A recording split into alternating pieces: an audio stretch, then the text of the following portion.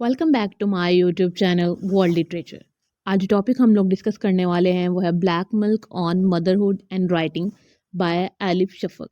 Elif Shafak ने इस work को ये टाइटल क्यों दिया, इसके अंदर इन्होंने क्या डिस्कस किया है, हम लोग इस चीज़ को डिस्कस करते हैं। लेक्चर स्टार्ट करते हैं अपना। सबसे पहले अगर हम लोग इस वर्क की बात करें तो ये 2007 में पब्लिश हुआ था। ये एलिफ शफक का इंटीमेट मेमोयर है। मेमोयर किसको कहा जाता है? ये एक्चुअली में एक नॉन फिक्शन नैरेटिव होता है, रियलिटी बेस्ड ये वर्क होता है जिसके अंदर राइटर जो है, ऑथर जो है, वो अपना पर्सनल एक्सपीरियंस है उसको शेयर करता है। ऑटोबायोग्राफी से थोड़ा सा डिफरेंट होता है। ऑटोबायोग्राफी में जो राइटर है वो अपनी पूरी लाइफ की जर्नी को डिस्कस करता है, बट इन मेमोयर जो है राइटर वो अपनी लाइफ के कुछ एक्सपीरियंसेस को डिस्कस करता है। यहाँ पे उसकी जो पर्सनल मेमोरीज होती हैं उन चीज़ों को वो डिस्कस करता है। तो ये हो गया इनका डिफरेंस। अब आते हैं हम अपने राइटर की लाइफ की तरफ। राइटर जो हैं उनकी जो बर्थ है वो हुई थी 25 अक्टूबर 1971 में। टर्किश ब्रिटिश नॉवलिस्ट हैं, एसेइस्ट हैं, पब्लिक स्पीकर हैं, पॉलिटिकल साइंटिस्ट और साथ ही साथ एक्टिविस्ट भी हैं। अगर इनके लिटरेरी करियर की बात करें तो इन्होंने बहुत सारे जो वर्क्स हैं ना वो पब्लिश करवाए। 19 बुक्स जो थी वो पब्लिश करवाई थी, जिनमें बहुत सारे नॉवेल्स थे और इनके फेमस नॉवेल्स में है The Bastard of Istanbul, the 40 Rules of Love, Three Daughters of Eve and 10 minutes 38 seconds in this strange world. इनके जो वर्क्स हैं वो 55 लैंग्वेजेस में जो हैं वो ट्रांसलेट हो चुके हैं। और एलिफ को जो है वो टर्की की लीडिंग फीमेल नॉवेलिस्ट जो है वो कंसीडर किया जाता है। जो आज का वर्क है ब्लैक मिल्क, इसके अंदर एलिफ ने जो है ना वो पोस्ट पार्टम डिप्रेशन को डिस्कस किया है, मेंटल हेल्थ को डिस्कस किया है, वर्किंग वुमेन को डिस्कस किया है, मदरहुड एंड राइटिंग को डिस्कस किया है। इन सब चीज़ों का एक वुमन के ऊपर क्या इम्पैक्ट होता है उसको कलेक्टिवली इन्होंने डिस्कस किया, और इनकी जो पर्सनल मेमोरी है इनके ऊपर पोस्ट पार्टम डिप्रेशन का क्या इम्पैक्ट हुआ था उस चीज़ को इन्होंने इसके अंदर लिखा है। और ये जो पोस्ट पार्टम डिप्रेशन है ये टर्म होती क्या है? ये एक मेडिकल टर्म है जिसको पीपीडीबी कहा जाता है। ये एक ऐसी कंडीशन है जिसके अंदर जो है ना वो विमेन को बहुत ज़्यादा डिप्रेशन होता है, एंग्जाइटी होती है, टायर्डनेस फील होती है वो, या फिर बहुत ज़्यादा सैडनेस उनको फील होती है आफ्टर बेबी। मीन्स के एक वुमन जो कि एक प्रेगनेंसी के टाइम पीरियड से गुजरती है, उस टाइम पीरियड से गुजरने के बाद उसके ऊपर एक ऐसा टाइम आता है जो कि शॉर्ट टाइम हो सकता है या फिर लॉन्ग टाइम भी हो सकता है, डिपेंड करता है केस के ऊपर। उनके ऊपर सैडनेस का टाइम होता है या फिर एंग्जाइटी, बहुत ज़्यादा वरीड रहती हैं, या फिर वो कोई भी जो काम है ना वो एक्टिवली कर नहीं पाती इस टाइम के दौरान। और वो ना खुद का ख्याल रख सकती हैं और ना ही उनका जो बेबी होता है उसका वो ख्याल रखती हैं। इस जो टाइम को ना है वो पोस्ट पार्टम डिप्रेशन कहा जाता है। एलिफ के साथ भी यही हुआ था। जब इनकी डॉटर हुई थी, डॉटर के बाद इनका जो राइटिंग करियर था वो बिल्कुल निगलेक्ट होके रह गया था। मीन्स कि ये बहुत ज़्यादा कंफ्यूज थी कि ये अपना राइटिंग करियर चूज़ करें या फिर अपनी डॉटर की जो अपब्रिंगिंग है उसको करें। एक्चुअली में ये करें क्या, ये इन इसी कन्फ्यूजन में थी और कोई डिसीजन जो है वो नहीं ले पा रही थी। शफ़क़ ने अपना एक्सपीरियंस शेयर किया है एज अ मदर, और इनकी जो स्ट्रगल है जब उनके साथ पोस्ट पार्टम डिप्रेशन उनके ऊपर जो है ना वो आता है, और वो उस चीज़ के साथ डील कैसे करती हैं, और आफ्टर फर्स्ट चाइल्ड उनका राइटिंग करियर उसके साथ क्या होता है, और या फिर वो एज अ मदर अपना करियर परस्यू करती हैं या फिर एज अ नॉवलिस्ट। इस जो एक्सपीरियंस को है ना उन्होंने वो शेयर किया है अपने इस वर्क में। ये जो बुक है वो इस तरह से स्टार्ट होती है कि जो शफ़क़ है ना वो मिलती हैं एक टर्किश नॉवेलिस्ट थे। टर्किश नॉवेलिस्ट से मिलती हैं जिनकी एज होती है 80 ईयर्स, और वो अपना एक्सपीरियंस इसको बताती हैं कि मैंने जो है ना जब मुझ पे ये टाइम आया था तो मैंने अपना जो राइटिंग करियर है उसको चूज़ किया था। और शफ़क़ जो है इस कन्वर्सेशन के बाद जो है वो अपने राइटिंग करियर को ना क्वेश्चन करना स्टार्ट कर देती हैं। इनकी जो चॉइसेस हैं, इन्होंने जो अपनी लाइफ में डिसीजंस लिए हैं, उन सबको क्वेश्चन करना जो है वो स्टार्ट करती हैं। और जो वो 80 इयर्स की जो वुमन थी ना उसने बताया था कि मैंने जो है ना मदरहुड के ऊपर प्रेफरेंस दी थी अपने राइटिंग करियर को। तो ये सब सुनने के बाद शफ़क़ ने जो है ना वो सोचना स्टार्ट किया। जब सोचना स्टार्ट किया तो बहुत सारे इनके माइंड में क्वेश्चंस आए, उनका जो स्ट्रेस है वो इंक्रीज़ होना स्टार्ट हुआ। अब टर्किश नॉवेलिस्ट से बात करने के बाद एलिफ ने जो है ना वो अपने राइटिंग करियर के बारे में दोबारा सोचना स्टार्ट किया। इन्होंने जो अपनी लाइफ में डिसीजंस लिए उनके बारे में सोचना स्टार्ट किया। जब ये इन्होंने सोचा ना तो इनके माइंड में ये जो सारे सवाल थे वो बहुत ज़्यादा होना शुरू हो गए। मतलब कि खुद ही से ये बहुत ज़्यादा सवाल करना स्टार्ट हो गई और वो सवाल जैसे स्नोबॉल होती है वैसे के वैसे बड़े से बड़े होते गए इनके माइंड में कि मैंने जो है वो क्या डिसीजंस लिए, मेरी मदरहुड को मुझे चूज़ करना चाहिए या फिर मेरा जो नॉवेलिस्ट का करियर है वो कहाँ गया। जब ये इन्होंने सोचा तो उनका जो माइंड पे स्ट्रेस था वो बहुत ज़्यादा इंक्रीज़ हुआ और इस स्ट्रेस की वजह से इनकी जो पोस्टपार्टम की जो कंडीशन थी वो और ज़्यादा स्वेयर होती गई। उसके बाद ये शेयर करती हैं अपना एक्सपीरियंस कि इनके साथ हुआ क्या। जब ये प्रेग्नेंट हुई, जब भी ये कुछ लिखने की कोशिश करती, नॉवल या फिर जो भी अपना ऐसे कोई भी, तो इनको वर्ड्स ही नहीं मिलते कि ये लिखें क्या। ये एक मास्टरपीस क्रिएट करना चाहती थी लिटरेचर में लेकिन ये नहीं कर पा रही थी। ये खुद को इलिटरेट फ़ील करना स्टार्ट हो गई कि शायद मुझे जो है वो पढ़ना लिखना नहीं आता या फिर मेरे पास जो वर्ड्स हैं वो हैं ही नहीं। उन्होंने इसको कंपेयर किया, कहती हैं कि जिन वर्ड्स को मैंने अपनी पूरी लाइफ़ यूज़ किया, अपनी मैरिज से पहले एज़ अ नॉवेलिस्ट मैंने करियर अपना जो है वो परस्यू किया। मैरिज के बाद भी मैंने बहुत अच्छा जो है वो मैं लिखती रही। लेकिन अब ये जो प्रेगनेंसी का टाइम पीरियड है या फिर आफ्टर बेबी गर्ल जो है, उनके साथ एक ऐसा टाइम आया है कि वो अब कुछ लिख नहीं पा रही, उनको वर्ड्स नहीं मिल रहे। उनके वर्ड्स वैसे ही ना एक सूप के अंदर खो गए हैं, जैसे कि जो नूडल्स हैं वो किसी सूप में हो। मेरे जो वर्ड्स हैं, मेरे जो अल्फ़ाबेट्स हैं, वो भी ऐसे ही हैं जैसे किसी सूप में चले गए हैं और मुझे मिल नहीं रहे। मैं अब लिखूँ क्या? मुझे ये समझ नहीं आ रहा। मेरी इस कंडीशन को वर्स जो है ना वो ये चीज़ बना रही है कि that I could not right any more, कि मैं अब जो मज़ीद है वो लिख नहीं पाऊँगी या मैं लिख नहीं सकती हूँ। उसके बाद शफ़क़ के माइंड में जितने भी ये सारी वॉइसेस थी, जितने भी सारे क्वेश्चंस थे, उन्होंने उनको नाम दिया है थंबलीनेस का। अब कितनी टाइप्स की थंबलीनेस इनके माइंड में आ रही थी, मतलब कि कैसे-कैसे सवाल थे, कैसे-कैसे इनकी माइंड की बैक में जो आवाज़ें थी ना, वो सबको उन्होंने एक नाम दिया थंबलीनेस। किस टाइप की थी, अब हम उनको जो है वो ना डिस्कस करते हैं। पहली वॉइस, जो पहली थंबलीनेस थी, उसको नाम दिया है इन्होंने डेम डर्विश का। वो जो आवाज़ थी, वो थी लव फॉर सूफीज़्म। लव फॉर सूफीज़्म इस वजह से इसको नाम दिया गया क्योंकि शफ़क़ जब भी जो है वो ऐसे डिस्ट्रैक्टेड फ़ील करती कि जो है मैं फ़ोकस नहीं कर पा रही या फिर आपको अपने आप को डिससेंटर्ड जो फ़ील करती तो वो सूफीज़्म की तरफ जाती, पीस की तरफ जाती कि जो है ना वो एक स्पिरिचुअलिटी है, मुझे उसकी तरफ जाना चाहिए। सेकंड जो वॉइस उनके माइंड में आ रही थी वो थी मिस हाइब्रोड सिनिक।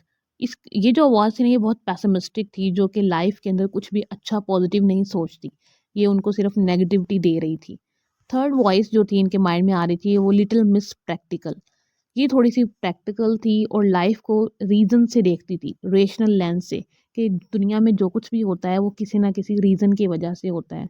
और फिर ये जो वॉइस है ना वो कहती थी women can be good mothers and good career women, कि वुमेन गुड मदर्स भी हो सकती हैं, गुड करियर वुमेन भी हो सकती हैं और ये हैप्पी भी हो सकती हैं। ये सिर्फ टाइम मैनेजमेंट की बात है। अगर वो टाइम मैनेज करना जानती हैं कि किस टाइम पे क्या काम करना है, तो देन जो है वो एक हैप्पी लाइफ भी गुजार सकती हैं, वो खुद भी हैप्पी रह सकती हैं। सिर्फ टाइम मैनेजमेंट सीखना बहुत ज़्यादा इंपॉर्टेंट है। फोर्थ जो वॉइस इनके माइंड में आ रही थी वो थी मेलेडी एम्बिशियस, जो कि ड्रीम चेजर है, जो कि एम्बिशियस होने की बात करता है।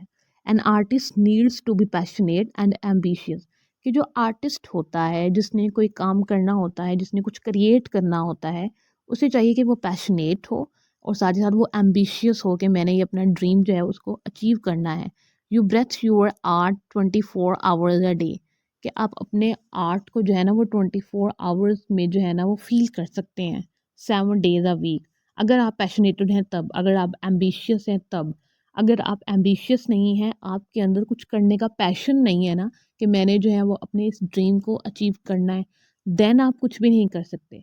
सिर्फ़ आपके पास 2 चीज़ों का होना बहुत ज़्यादा इंपॉर्टेंट है लाइफ़ में, कुछ भी करना हो, पैशन और साथ ही साथ एम्बिशन। और जो वही थी वो थी मामा राइस, जिसने शफ़क़ को बहुत ज़्यादा ट्रबल किया, क्योंकि वो जो वॉइस थी वो उसको अगेन एंड अगेन जो है ना वो ये कह रही थी कि तुम जो सिर्फ ना एक नोबल वुमन की तरह सोसाइटी के अंदर रहो और सोसाइटी में रहकर जो है वो सिर्फ बेबीज प्रोड्यूस करो, क्योंकि तुम्हारा ये काम ही यही है, क्योंकि बाय बर्थ जो है वो तुम पे लेबल लगा दिया गया था, तुम एक वुमन हो और साथ ही साथ तुम्हारा जो काम है वो सिर्फ एक रिप्रोडक्टिव साइकिल जो है ना वो उसको चलाना है। उसके अलावा तुम्हारे जो सोसाइटी में काम है वो और कोई नहीं है, सिर्फ होम मेकिंग करना है।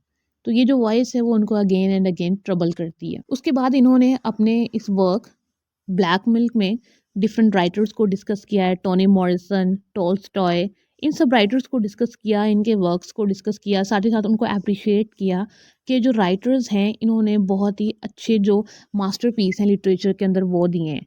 साथ ही साथ उनकी जो पर्सनल लाइफ है उसकी क्या हार्डशिप्स थी।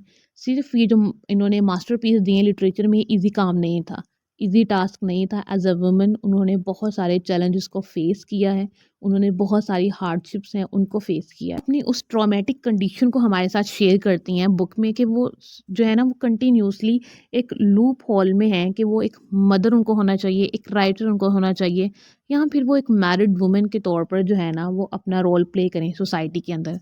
वो इस बैटल में है कंटिन्यूसली कि वो एक्चुअली में करें क्या। वो एक वुमेन बने, एक मदर बने, एक होम मेकर बने, या फिर वो इन सबको जो है ना वो एक साथ लेकर चलें और अपनी लाइफ को जो है वो स्पेंड करें। इस बुक की इंटरेस्टिंग बात ये है कि इन्होंने सिर्फ वुमेन को डिस्कस नहीं किया, इन्होंने मैन को भी डिस्कस किया है। एज अ फादर उनके रोल को भी क्वेश्चन किया है कि एज अ ऑथर वो क्या हैं, एज अ फादर उनकी क्या रिस्पॉन्सिबिलिटीज़ हैं, वो कैसे मैनेज कर पाते हैं इन दोनों चीज़ों को।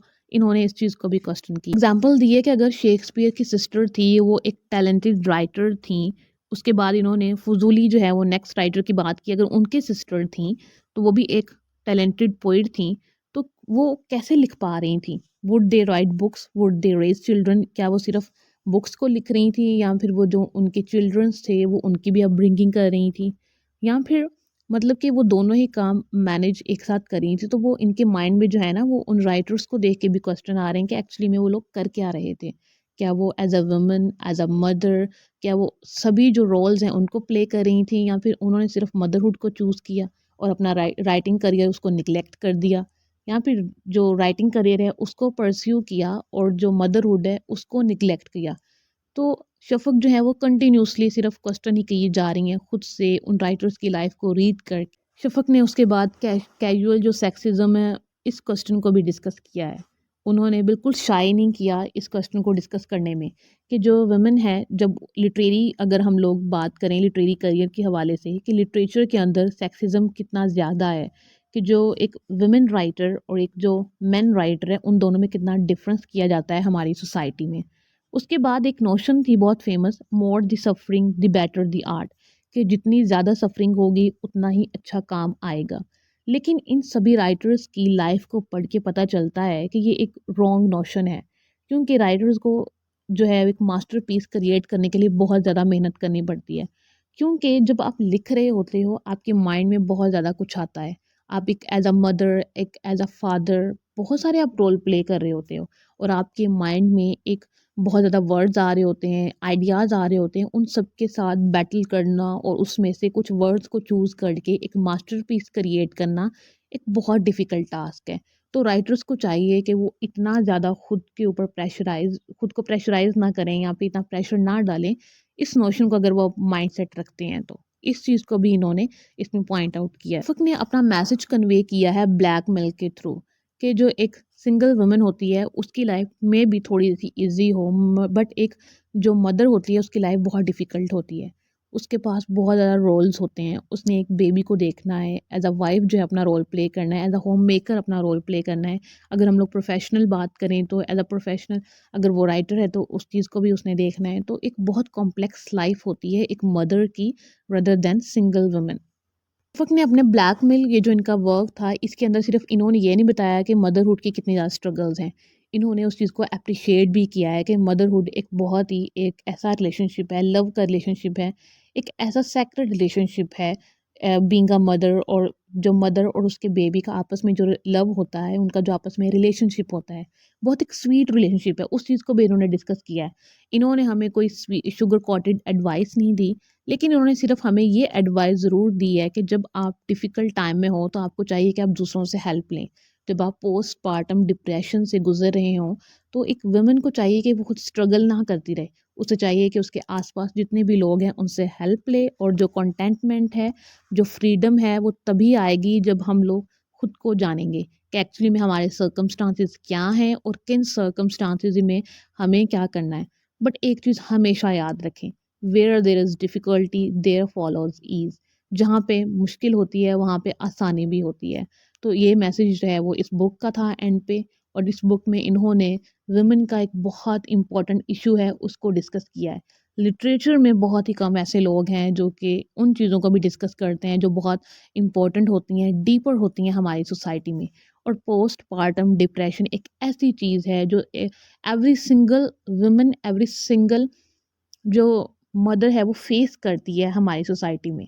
जो भी मदर होती है उसको अपनी प्रेगनेंसी के बाद जो है वो इन चीज़ों को फेस करना पड़ता है। वो डिसाइड नहीं कर पाती कि उनके जो गोल्स थे वो कहाँ गए, और अब वो जो है उन्हें एज अ मदरहुड अपना रोल प्ले करना है, या फिर उनको जो अपनी मदरहुड है उसको प्रूव करना है। इसी जो कन्फ्यूजन को जो है वो इन्होंने इसमें डिस्कस किया है, और सभी जो मदर्स हैं उनकी ये वॉइस बनी है शफ़क़। आई होप कि आपको यहाँ तक जो है वो ये समझ आ गया होगा। वीडियो को लाइक और शेयर और चैनल को ज़रूर सब्सक्राइब कर दीजिएगा। Thanks for watching my channel.